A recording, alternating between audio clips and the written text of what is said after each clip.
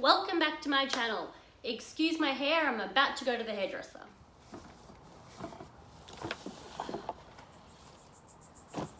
So I've recently fallen down the Storytime rabbit hole. I know. Everybody thinks Storytime is dead, nobody cares. I care. I spent about 4 hours watching the Gabby show Storytimes yesterday, and I have stories to tell. So here we go. The year was 2012, and I was off on a European adventure. I'm kidding. I'm not going to tell the whole story like that. But it was 2012, and I was going to Europe with one of my good friends. We were going for about 6 weeks, the first week of which was in Rome. So we didn't go through Kentucky or anything, so before we went, we booked a few day trips to take us to places that we wouldn't have otherwise been able to get to. The first of which was on about day 3 of our trip, and we were going to Pompeii and the Amalfi Coast.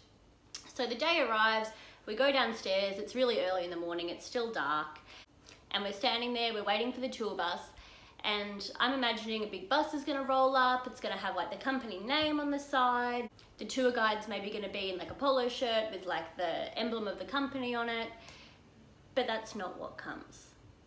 A white van rolls up, and the tour guide gets out, and she's just in a white shirt, suit pants and tie. I mean, he doesn't look dodgy by any means, but there's no business name on his shirt. The van is just a plain standard white van. He could be anyone. But he says our names and says he's here for the tour, and it all seems pretty legit, so we get in the white van. Those could have been my famous last words. So we get in, we sit down, we sit right at the front because my friend gets motion sickness, so it helps her to sit in the front. It's one of those types of vans where you have the driver's seat, the passenger seat, and then you have a like bench seat in the middle. So I'm sat right at the front, knee to knee with this driver, with my friend next to me. And as soon as we get in, we close the door and we hear the doors have just locked. I think we're being kidnapped. I begin to panic. I look over at my friend, she's looking at me. We're like, what the hell? These doors have just locked. I've just gotten overseas. I've never been overseas before. It's day 3, I'm in a foreign country, I'm in a white van with a stranger, and now the doors are locked. Good, sounds good.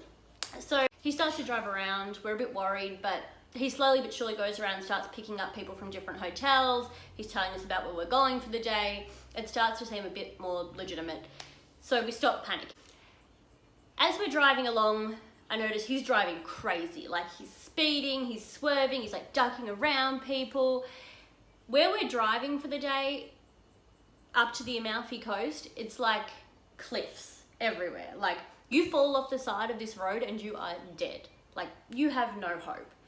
And he starts to tell jokes like, in Australia, you drive to the left, and in America, you drive to the right. But here in Italy, we drive wherever we want. And he was doing exactly that.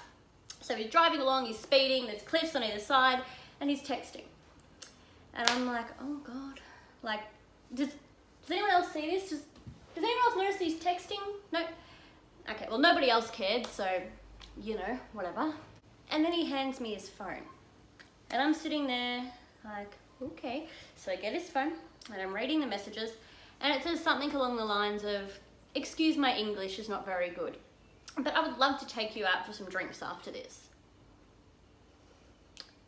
We've only been in the car for like an hour at this point. I've got the whole day with this guy. He's like 40, he doesn't speak English. I'm 19, I'm not interested. So I write him a message back.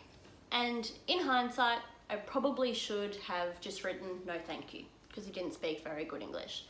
But I didn't. I wrote something along the lines of, oh, thank you so much, I'm really flattered, but no thank you, I have a boyfriend, blah, blah, blah. So I give it back to him, he's reading it, he's driving, speeding, the cliffs are next to us. We don't crash and die, thank God. We get to where we're going, the first stop along the Amalfi Coast. I take a picture with him, I'll insert that here. Hi Max! The rest of the trip is fairly uneventful. I mean, we nearly drive off the side of the road a few times. I fear for my life. See Pompeii, it was really great.